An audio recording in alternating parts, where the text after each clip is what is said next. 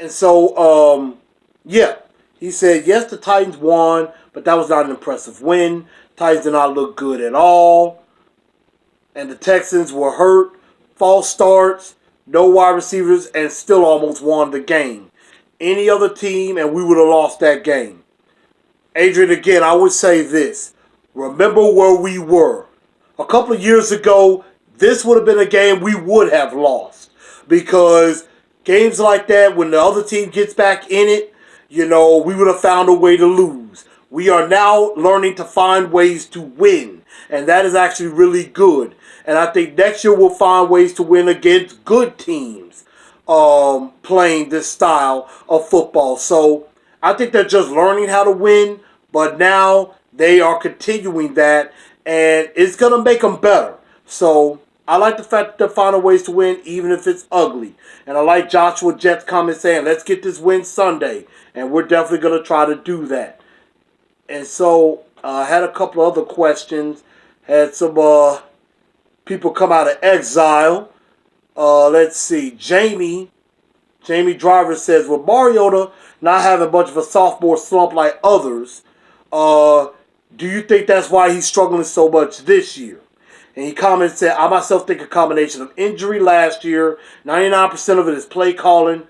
He just wanted my opinion because we have some hating fans calling for his head because we are winning. And would have been 9-3 had we won the Miami, if he played in the Miami game. Yeah, I definitely agree.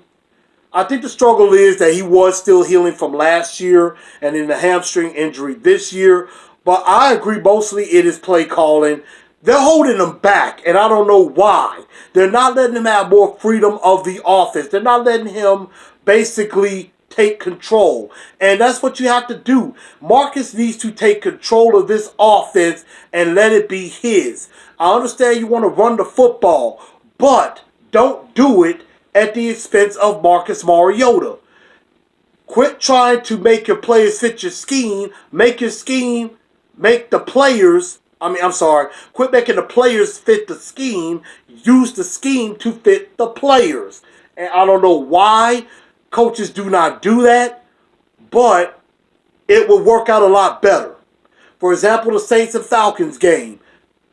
They're going to Drew Brees' strength. They're going to Matt Ryan's strength. They know they got a good receiver, Julio Jones, so what do? They try to throw him the ball. Drew Brees, he knows he had a good receiver in Michael Thomas. What does he do? He try to give him the ball. So why can't we do that? Yeah, we get the ball to Delaney. Yes, we get the ball to Rashard. Try getting the ball to Corey Davis, Taywan Taylor. Use these guys. And that would help a lot. And I know we got a lot of fans calling for Marcus's head. Yes, he's regressed. Statistically, he's regressed. However, I don't think that's the full story of what's going on. I think he's still healing from the injury, and he's got to keep developing trust. And I think that's still going to keep coming in due time. It's going to take more than just a quick year for that to happen. We got a lot of new weapons and a lot of new guys that they're not used to each other. So it does take some time. And then, of course, my boy Tyler Westra coming out of exile. And has his usual boatload of questions for me. So let's get going. How much work are the Titans going to put into a new backup quarterback? Do you think it'll be through the draft? Yes. I think they will draft a quarterback in the draft. And he said if we did draft a quarterback, what is the earliest we would go? I'm venturing to say probably third or fourth round. Most likely about the fourth round. I think it's about as early as they will go with the quarterback position. I think they're going to address a lot of other needs earlier. But they could go fourth, maybe fifth round as far as a quarterback. On a scale of 1 to 10, how much does Terry Robisky need to go? 10 being extremely bad. Do you really want to know my answer? The answer is I give it a 25. 25 to infinity. Robisky must go. Mike Mularkey, please fire him at the end of the year and get a better offensive coordinator that will at least play to the strength of Marcus and the guys we have. Please do that. I'm begging you to do that. Please do. Because, I mean, Robisky has made me sick. I'm sick of it, and it's got to get better. Let's see.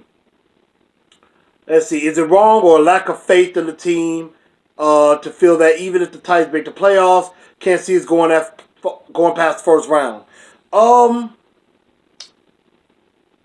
I mean, I agree that you can feel the way you feel. You know, they may not make it past the first round, depending on what happens. I think they will win their first playoff game. And then they'll move on to the divisional round. Now, what happens after that, I don't know. But I do think they'll win the first round game, especially if it's at home. I really do believe they could definitely do that.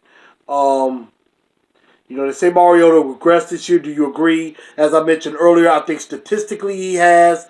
But I think as far as physically, he's coming back to himself. So I don't think he's fully regressed. The stats may tell you otherwise.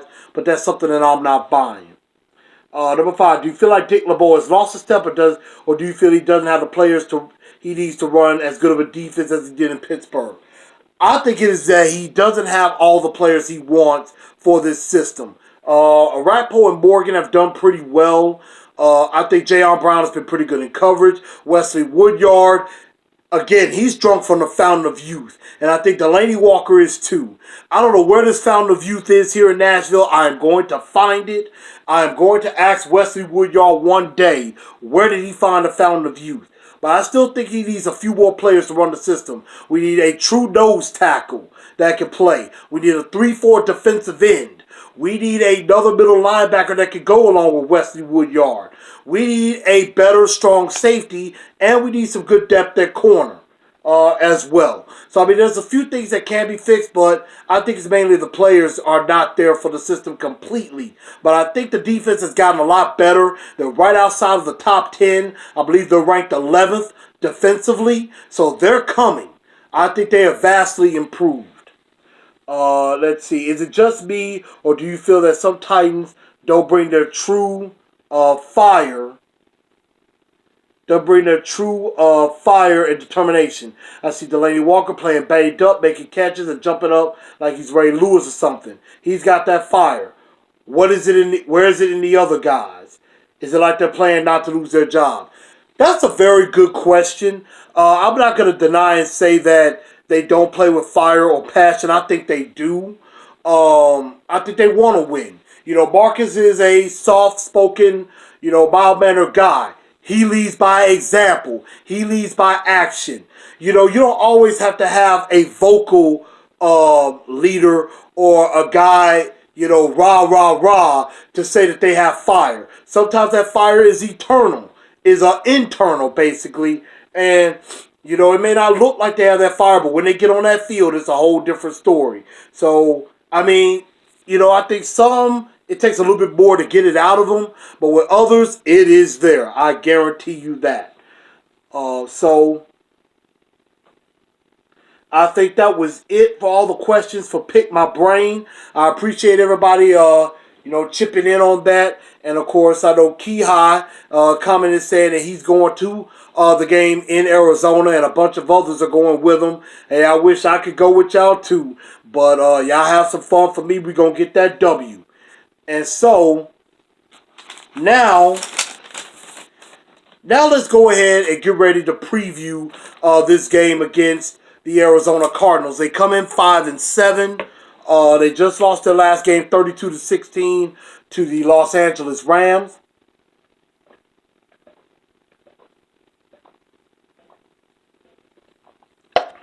Sorry, Al, about that. That water is really, really good. I need to drink some more of that. But they're coming in 5-7. This is a team that we should not overlook by any means, because this team, they went in and beat Jacksonville in their home stadium, so they could definitely do it to us too. So we have got to be prepared when we go down there. And here, of course, are my Blue Enforcer 4 points to victory. This is what they could definitely do to win the game. Be careful when throwing the ball, especially with Patrick Peterson and Tyrann Mathieu, the Honey Badger. They have a pretty good secondary, at least on one side. My is to attack the other side. I think if Rashard Matthews plays, which looks like it's going to be a pretty good chance he will, most likely Patrick Peterson is going to be mostly matched up with Rashard Matthews. That could definitely open the door for Corey Davis or Eric Decker or Delaney Walker. That could definitely open the door for them. So definitely that could be a good thing for us. But, Marcus mentioned in one of his press conferences, he's not going to be afraid to throw at Patrick Peterson. He's not going to be scared. And I agree with that. You shouldn't be scared to throw at Patrick Peterson. Just be cautious when you do. He's a very good corner. Definitely one of the best in the league. Point number 2. Offensively, establish the run. Establish the run even